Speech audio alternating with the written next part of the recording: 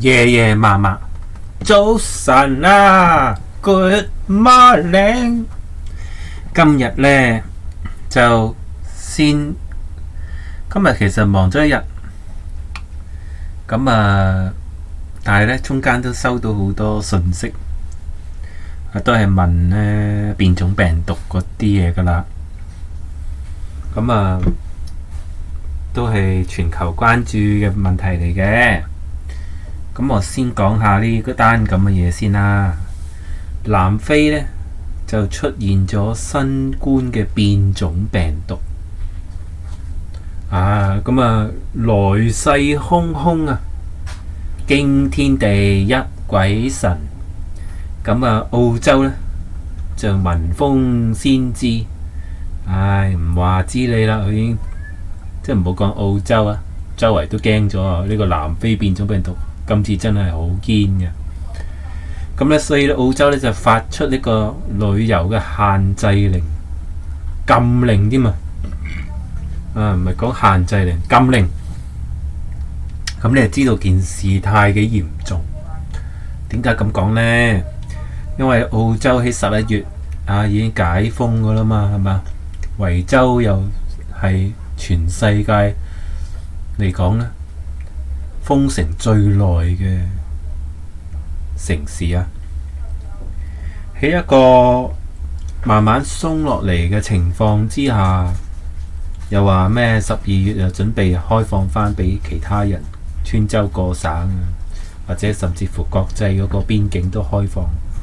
喺呢個咁樣嘅趨勢咁樣嘅情況之下呢，竟然突然呢出呢個旅遊禁令呢，咁你就知道呢單咁嘅嘢就非同小可噶啦。係啦，咁我哋睇下詳細嘅情況啦。嗱，呢個南非出現咗一個新嘅變種病毒。澳洲衛生嘅當局呢，就向南非發出呢個旅行嘅禁令啦。咁喺呢個新變種我唔知佢點樣讀啦。MU 係咪 MU 啊 ？MU 啊 ，New 啊 ，New 啊，咁係咪？或者簡稱叫 B1621有許多突變啊！係啦，即係個其實都唔係第一次嘅變種係咪？我哋聽過好多變種，今次嗰個呢，就唔係變咁簡單，係突變。即係突變係乜嘢呢？即係你食麵咁辣加辣，特別辣噶嘛。你突變到一個情況呢，就可能要用一啲更加強嘅疫苗先有呢個抵抗力。即係咩意思呢？應該雖然佢冇咁樣講啦，普通你打咗疫苗應該頂唔到嘅，係要揾一啲更加強嘅疫苗先至可以幫你激發起你嘅身體嘅抵抗力，先至可以頂得順呢一種咁突變嘅變種病毒。咁呢，維州啦已經取消咧對國內咧旅客嘅許可證嘅要求。從今日起咧，新州有更加多呢啲嘅優惠券嗰啲咁樣，即係例如食飯或者周圍去玩嗰啲優惠券咧，就會延長到2022年6月30號。昆州咧就達到80%嘅疫苗嘅接種目標但係咧都唔會開放呢個邊境嘅。點解咁講呢？佢嘅睇法就唔係話打出80%嘅人，佢嘅睇法咧係佢仍然需要封住呢個邊境咧，去保護餘下2%嘅人，同埋咧除咗2%嘅人咧，係仲有12%，仲有12歲以下嘅小朋友咧係未打嘅，所以佢咧就未計嘅，係啦，即係80%嚟講係講緊12歲以上嗰80%。咁所以咧人數眾多，就唔夠膽貿貿然輕舉妄動啦。咁國際特赦嘅組織嘅澳洲分會表示呢，對英國發布關於澳洲國防軍呢喺新冠病毒嘅襲擊嘅北領地進行救援工作中嘅虛假信息感到失望。即係而家開始有啲流言咯，係咪啊？咁你就唔使理佢哋啦。咁我講返今日疫情嘅數字先啦。維州呢，今日呢就又上返去咯，就係1362宗，咁有7個人呢就係死亡個案嘅。咁而新州呢亦都上返啲嘅，就261宗，係啦。咁首都有8宗，咁反映咗呢個疫情都係未受控制啦。咁而呢個變種又來勢洶洶，兩邊夾擊。好，咁我哋睇返啦，另外一單新聞啦，國防部長就繼續啦，即係同呢個中國台灣呢個問題糾纏緊。咁我又唔係好識呢啲咁樣嘅嘢噶啦。咁我move放去下一個新聞啦。咁雪梨唐人街疫情後還有未來嗎？咁樣樣。咁雪梨唐人街你知道係幾疫情之前係幾忙噶啦，係吧？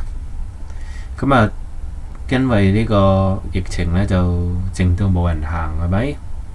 咁個訪問呢，就係問呢，究竟佢對唐人街嗰個情況擔唔擔憂？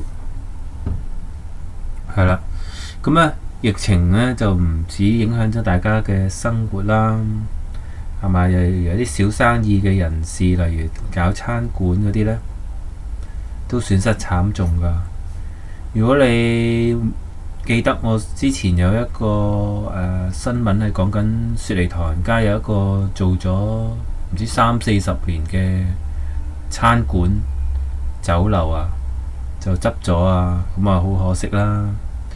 咁但係呢，就個問題係，如果疫情好返，究竟佢就有冇將來呢？咁樣呢咁未來嘅預測呢，我都唔夠膽亂咁噏，但係無可厚非呢，就係大家個生活模式經過呢2年啦，無論工作又好，衣食住行都好啦，其實都已經因為咁樣呢，就扭曲咗少少噶啦，係咪？例如已經習慣咗打電話，嗰啲貨送喺你門口，就唔使行去超級市場，我當冇疫情都好啦，好返咁啦。啲人習慣咗咁打個電話就去晒你門口，咁可能佢都唔介意俾多少少運費嘅喎。點解呢？一嚟你自己揸出去，你嗰油費係唔使錢㗎，係咪？你部車都要油費啦，即係你部車都入油啦。第二樣嘢呢，就係你揸出揸入，係嘛？咁你係咪又有個來回嗰個時間呢？第三，而家好多 shopping centre 呢，都係要俾泊車錢嘅咯喎，開始你又要揾位喎，你都煩嘅，咁多嘢搞，係嘛？咁好啦，唔好講呢個買嘢食啦，講緊你個簡單嚟講剪髮啦。咁唔知好睇定唔好睇啦，但係呢，我哋有個4字詞語叫工多藝術。只要你重複做件事越嚟越多次嘅時候呢，就通常習慣嚟講大部分嚟講都係越做越好，越做越熟嘅。咁所以呢，頭髮呢，剪咗1-2次唔知好唔好睇，剪多幾次應該好睇過之前嗰次，再剪多幾次就諗下，仲會唔會比成餐晏仔都去剪個髮，定係算啦自己剪呢？咁樣樣係咪？咁所以個生活嗰個模式呢，無可厚非呢，亦都已經改變咗少少。好啦，咁我哋就，但係呢，你話係咪就經營咁多年嘅唐人街就一下子就冇咗？我又覺得未必會去到咁差。始終呢，屈喺屋企呢，長期嚟講呢都身心都唔係咁好，係咪？咁所以一定都有佢個新模式走出嚟噶啦，不過係同舊時有啲唔同嘅啫。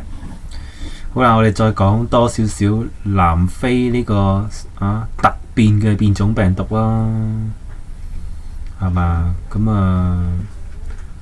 咁啊頭先講咗啦，就係每一個州有一個唔同嘅反應啦嘛，係嘛？咁啊，佢呢就世界嘅衛生組織呢，就已經開着咗呢個緊急嘅會議啊，係啦。咁啊，南非科學家就表示呢，發現一款全新嘅新冠病毒。係啦，咁啊，全新啊呢個字即係變到差唔多都係唔同之前嗰啲噶啦。咁呢，有少量人數呢就受感染，目前呢就加緊研究潛在嘅影響。係啦，咁啊，究竟點解走出嚟？其實都好似冇人點樣講啊。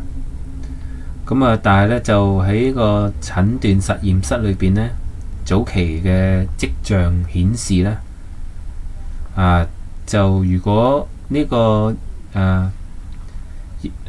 變種嘅病毒呢，感染數字人數人口高度密度呢，就會有極速嘅增長呢。咁啊，有可能呢，周圍爆得好緊要，咁呢個都易明嘅。咁啊，但係詳細情況啦，咁就未係有好多呢個資料。我諗都係因為佢哋都喺度研究緊。咁啊 touch wood 啊，就即係香港呢，就竟然有一個確診個案，就係來自南非嘅旅客。唉，點解會咁㗎？係咪？即係香港啲零個案啊，或者 keep 住啲數字都好靚仔。咁但係呢，就一下子呢個南非嘅個案呢，即係嘅旅客呢，就點知就確診，點知就嚟香港。咁啊，於是乎啦，我今日都收到好多人問我點解香港點啊？有咩反應啊？嗱，我都未睇得切香港新聞。嗱，老實講，開始講呢個澳洲新聞，就反而冇睇香港新聞。但唔緊要㗎，OK 嘅。咁啊，我只能夠咁樣講啦。未睇香港新聞係啦，唔知點。但係我覺得呢個人呢，其實呢就唔可能呢，就突然間被人發現係冇行過任何地方。你要諗下喎，佢呢唔係一個人撐獨木舟過嚟嘅喎，佢應該呢就南非如果佢真係有變種病毒，咁佢應該南非本身就已經中咗毒，咁即係一路行上飛機，啲毒就有機會一路就散俾坐飛機嘅人，甚至乎空姐。到落咗機就搭的士又好，搭巴士又交通工具都好，係咪斷估又唔會行路踩單車㗎啦？咁啊，同佢同車嘅人係嘛？好啦，當佢又入住或者去親戚入住酒店啲咁樣，我都冇睇新聞啦，所以就都係唔知佢住邊，又唔知佢又點樣樣。咁同佢經過擦身而過嘅人，加埋住喺同一棟建築物嘅人。你話會唔會全部咁多個可能性都冇人感染呢，呢個可能性就真係低啦。咁啊，都唔排除呢，揾到呢一單之後呢，陸陸續續呢可能會有，再加上一樣嘢呢，就係無論香港接種率幾高都好啦，呢個突變嘅變種病毒，咁即係話呢，普通嘅疫苗呢，對佢應該就冇乜特別嘅效用㗎。我估咋都唔夠膽用醫學角度講呢樣嘢。如果唔係唔會大家驚到要封關咁緊要啦嘛，係咪？咁所以呢，有可能喺呢個一名嘅確診嘅個案，呢位南非旅客嘅路途中間已經有可能感染到其他人，或者有幾多人被佢感染。咁啊，都會有啲擔心嘅。咁但係都係啦。如果冇乜嘢都係好少周圍走嘅，如果我嚟講咁樣，咁啊盡量一陣都睇翻希望佢有冇描述下佢嘅活動範圍啦，咁樣就盡量都少啲去佢講嗰啲活動範圍咯。如果你擔心嘅話，咁唯有係咁樣樣㗎咋，唔通又話唔返工留喺屋企咩？世界唔會咁樣停頓落嚟㗎。好啦，咁咧就南非國家傳染嘅研究所呢，就發表咗一份聲明喎。佢話呢，雖然呢只有有限嘅數據，但係呢，佢哋啲專家呢就個個都開晒 OT 㗎啦，就希望呢喺個監察系統嗰度呢，就可以了解多啲呢個變種病毒同埋構成嘅潛在影響。咁你係知道呢件事一嚟係來勢洶洶啦，二嚟呢就大家都仲未對呢件事好了解嘅，係啊。好啦，咁啊就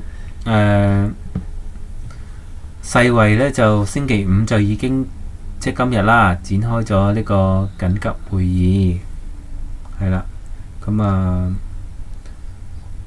希望啦去應對下呢個咁樣嘅問題啦。係啊，呢個一定係一個好大嘅問題嚟㗎。咁啊點解咁講呢？佢話呢個新變種病毒有大量更多嘅突變。咁啊包括乜嘢呢？佢話可以影響病毒傳播率超過30個激突嘅蛋白。咁啊呢啲都係一啲醫療上嘅學問啦知識啦。咁啊點樣可以易啲明呢？就係如果我哋睇呢個變種病毒咧，可能比正常呢更加快速傳播㗎，係啦。咁啊佢於是點解咁？如果咁樣講嘅話呢，咁啊有樣嘢就係最擔心呢，就係佢會唔會好似舊時咁樣又話咩7日啊、14日啊、21日啊啲咁樣？佢話呢會可能呢嚟緊幾日咋，唔使等得好耐，幾日甚至乎幾星期呢，成個醫療系統呢都會拖垮㗎。你就知道佢哋驚緊啲乜嘢？即係唔知道佢影響幾大，但係因為佢突變同埋快速傳播呢，唔需要好耐時間，覺得幾日或者最多幾個禮拜咁樣，成個醫療系統就會因為多人感染而成個冧咗。咁啊，所以呢，就你就知道咧呢件事呢係點解會突然間今日咁多人講啦。好啦，咁我哋就講下一單先。美國呢就儲備油類國家嘅國際嘅油價反升。咁啊，澳洲人呢聖誕將會捱貴油。咁啊，搞乜鬼嘢呢？就係美國今個星期咧就宣布帶頭咧就釋出戰備儲油，以壓制全球嘅油價間隔。即係咩意思呢？其實每一個國家呢，都會有儲備嘅。咁啊，儲備儲乜嘢啊？唔係淨係儲錢喎。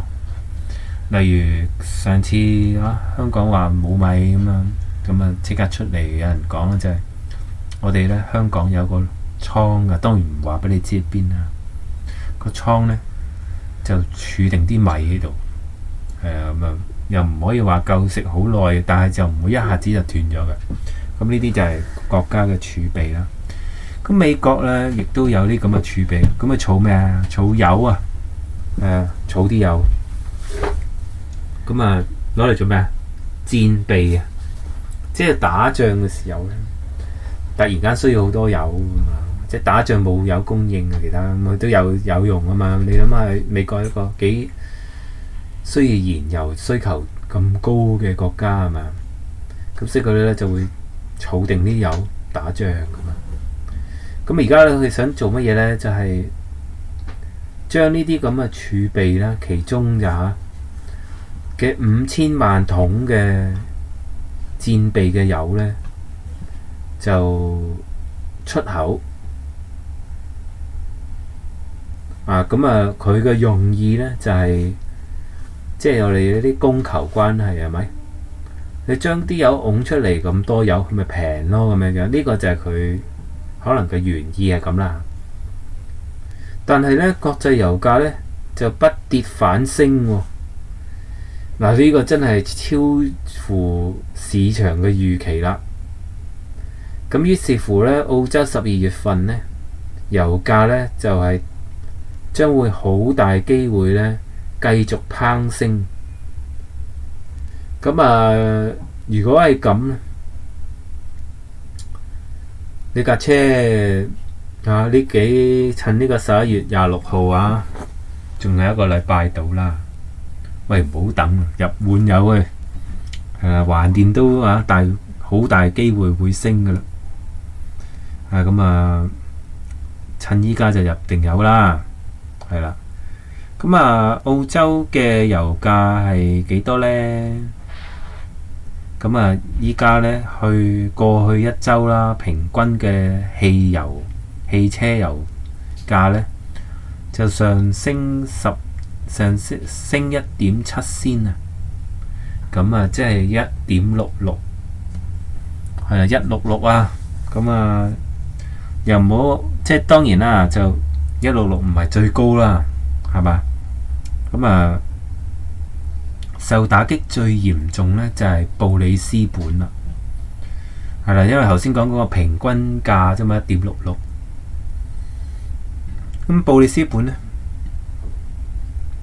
嘅油價呢係受嚴重影響噶。佢都未到12月啊。咁呢一個星期一呢已經升到1.83噶啦。有啲油站咧更加升到1.94添，都預定都要破呢個200噶啦，應該。因為咁嘅關係呢，係啦，就都係決定有升冇跌噶啦。點解咁講呢？一就係頭先講嗰個好心做壞事啦，將啲儲備油拱咗出嚟啦。第二係乜嘢呢？就係有好多元素係喺呢個反映喺呢個油價上邊嘅。第二呢，我哋要諗咧就係澳元嘅匯價，係啦。如果你個澳元匯率好呢，就當然你強啦，可以買多啲啦。如果你渣呢，你就要出多啲錢先買到同一份嘅油啊嘛，係咪？同一桶油啊嘛。第三個要諗嘅嘢呢，就係個油站嗰個營運成本啊！呢全部都係一個不利嘅因素呢，令到呢呢個油價估計會繼續升上去嘅。好啦，你又當然會問我，點解營運成本又增加呢？唔係講緊交租貴咗，係講緊呢政府呢而家係要求油站呢交收呢個營運稅嘅。係啦，咁啊點樣計法啊？唉，原來你賣得多就收得多，咁真係羊毛出自羊身上啊！澳洲咁多benefit 係咪又咁啊？當然要收下稅啦，係咪？咁佢計每公升嘅燃油呢，就收0.44毫子啊，0.4毫蚊啊，即係4毫4仙。哇！咁咩意思呢？4毫子呢，4毫4仙啊，係一個極之貴嘅 number 嚟嘅。你唔好睇4毫子好緊要，4毫子呢，如果你入多幾公升咧，你諗諗你入幾多公升，係咪？嗰度呢，就差唔多將個售價呢推高咗2-3成，你就知道呢件事係幾咁緊要。咁啊，即係話呢，澳洲要錢，政府周圍揾到個油站啊嘛，咁啊金礦咁油站嘅錢，乜油站又喺邊度揾翻錢？就係揾你入油嗰啲人俾咯，係咪？好啦，今日大家要留意翻啦，係啦，會唔會破200呢？咁樣樣，咁啊嗱。南非呢個新冠變種病毒，澳洲莫里遜講乜嘢呢？我驚嚇親大家。佢話呢，澳洲咧已經做好晒準備，咁啊，澳洲同南非嘅航班係不變嚇，你真係嚇親我。嗱，咩叫做點解佢會嚇得我咁緊要？嗱，我唔係懷疑佢，但係你諗一諗，南非嘅政府啊個國家都話自己仲唔係好熟悉呢個病毒啊，世衛亦都係今日先至開緊急會議，都未知頭未知路，又唔知道佢個影響會係點樣樣，淨係知道佢傳得好快。又唔知道點樣會傳到啊！傳咗之後又發生咩事？咁你知道咗，你先至可以做準備噶嘛？唔知啊，點解會已經做好咗準備呢？係啦，突然間發生，你都未知係乜，但係你又竟然講話你已經做好咗準備咯喎！咁啊，仲要堅決呢，澳洲同南非呢個航班係不變，咁啊，實在令人擔憂啊！係啊，真係令人擔憂。咁啊〜專家已經警告啊，新變種病毒會抵達澳洲㗎，係啦。但係聯邦嘅衛生局長就堅稱呢，澳洲已經做好準備。你打開對門，由南非飛入去澳洲，咁樣唔好講有冇呢個可能性先啦，風險都高係嘛？係咪？即係咁樣樣係嘛？即係落雨咁樣樣，咁啊唔擔遮喎，有啲雨落嚟喎，咁啊你話我會做好準備唔揼濕身，唔濕身，你打開對門，你又預咗裏邊濕噶啦嘛，係嘛？咁啊嗱，咁啊講到明啦，係啦，衛生局長呢就話冇問題，又由佢對門照打開。咁你哋要自己小心啲啦，係啦，唯有係咁啊，自求多福，係啦，你就唔好周圍去啦，留意新聞，係啊，唔使好耐噶啦，1個禮拜內啦，估計1個禮拜內好快就會聽到呢啲咁嘅新聞，因為佢唔肯停呢個航班啊嘛，你由佢嚟啊嘛，咁啊1個禮拜你就會聽到好多呢啲咁大鑊嘢噶啦。好啦，咁好啦。估啫，我都係嚇，有一估唔中唔好鬧我，唔該。但係合情理咁樣推算出嚟嘅啫。係啦，咁咧就紅十字會咧就話咧有80%人受助人咧就基本食物需求咧新移民最受新冠疫情影響。咁啊，新移民咩意思呢？啱嚟到澳洲係啦，咁啊，我覺得都係嘛，你應該啱到步就幾難揾到工係嘛，或者未有工做。咁所以又加上呢個疫情呢，個經濟未返嚟，雪上加霜。咁所以呢，唉，喺佢哋嚟講呢，就比較困境啲嘅。咁啊，所以呢，就紅十字會話，即係緊急嘅救濟呢，就派食物啦嚇。佢話有80%都係新移民嚟㗎。咁呢個都好啊，呢個數字呢，亦都可以俾政府一個參考啦。因為而家佢好想打開對門呢，就俾多啲人入去幫下呢個救一救個經濟市啊嘛。咁但係你都要諗翻另外一樣嘢啊！佢哋嚟到你個經濟、你個市場有冇地方容納佢哋返工咧？但如果未有嘅話呢，咁你不但止呢，未幫到澳洲嘅經濟呢，另外一方面呢，係需要你政府幫手，咁你都幾頭痕㗎。好啦，咁啊，今日都講咗好多新聞啊！我哋講最後一單啦，AI 啊，係嘛？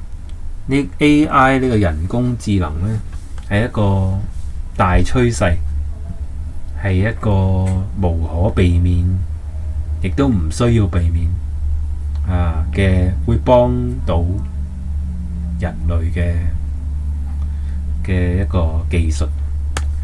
咁呢個人工智能呢，已經去到機械人呢個狀態，亦都話呢，可以令到呢一啲機械人呢有自主權啦、思想啦、決定啦咁樣。咁而家推咗一個你圖畫所見啊，講真，如果唔係見到隻手咁樣好多機件㗎嘛，離遠望你都未必估到呢個係一個機械人，都幾犀利㗎啦。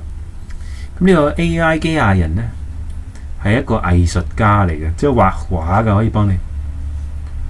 咁啊，開始好多人呢都喺度研究緊，唔係用科學角度喎，係覺得對呢個未來啦，我哋嘅世界，我哋人類呢，究竟係是禍是福呢？係咪？又會唔會被取代呢？係咪？創意有冇呢？係啦，呢啲咧都係一啲議題嚟㗎。咁啊，牛津大學咧都有呢方面嘅研究啦，係啦。咁啊，如果追溯翻呢個研究呢個人工智能咧，就雖然呢幾年啊講得好似好新咁啦。但係呢，佢都有咁樣講嘅，就係其實呢，喺1984年啊，1984年啊，你諗下幾耐？咁啊，呢幾十年前呢，就喺一個虛構嘅故事裏邊呢，叫做或者叫做美麗新世界啊，係啦。裏邊呢，其實已經曾經即係電影嚟嘅，已經講過呢，人工智能將會迅速發展，超級電腦呢可以收集大量嘅數據而分析，再高速咁樣處理複雜嘅情況而運算咗一個結果出嚟嘅。咁所以呢，呢個概念嚟講幾十年前㗎啦。不過呢，就近呢幾年啦，就即係好多配套都令到呢件事可以發展得到啦，尤其是咧電腦嗰個電腦嗰個進步啦，硬件軟件都好啦，加埋咧就呢個程式普及化係嘛，咁好多小朋友都識寫電腦程式㗎啦已經所以咧就可以更加推進到呢個人工智能嘅進展。咁佢預計咧呢個牛津大學咧佢話咧就去到2025年咧，亦都唔耐㗎，4年後㗎咋講緊。佢話呢個技術咧會發生一個重大嘅變革，係啦，咁啊至於點解佢會咁樣估咧，同埋咁大嘅變革又會係乜嘢咧？咁樣咁咧就佢又冇講到嘅，咁可能一個預言啦。咁佢有提及一樣嘢咧，就話喺2004年啦，亦都係講緊17年前啦，16、17年前啦。其實有一出電影咧，就叫做《智能叛變》嘅，係啦。咁即係一班人工智能嘅機械人咧作反，咁啊普通嘅人類係嘛，咬佢個頭就硬，咬佢囉柚就臭，咁啊好難搞啦。總之就係咁啊，於是乎就搞到好頭痕，係啦。咁呢個咧就係點解一方面又好想整，另一方面咧又要小心啲，之後做出嚟嘅影響亦都可以好深遠。好啦，今日咧就叫做口水多過茶咗，講耐咗少少噶啦。咁快啲講翻天氣先。今日聽日星期六咧就最高氣溫21度，最低9度，咁啊有陽光嘅多雲。哇！你睇下個澳洲嘅天氣就係咁樣咯，由21度跌到去9度，係嘛？咁啊12度嘅分別，係啦。正常人咧唔習慣呢咁嘅天氣都好易病噶，咁啊小心啲啦，係啦。好啦，咁啊嗱，去到星期日咧，終於就天晴陽光普照咯喎。咁啊最高氣溫22度，最低11度，亦都有11度嘅分別。咁啊展望咧，去到星期1、2咧都係有陽光多雲嘅。咁咧今日就講到呢度啦。咁啊喜歡嘅又唔嫌我長氣嘅，又唔覺得我口水多過浪花嘅，就記得撳 like 同 subscribe 咯噃。好啦，咁啊下次再傾過，拜拜。拜拜。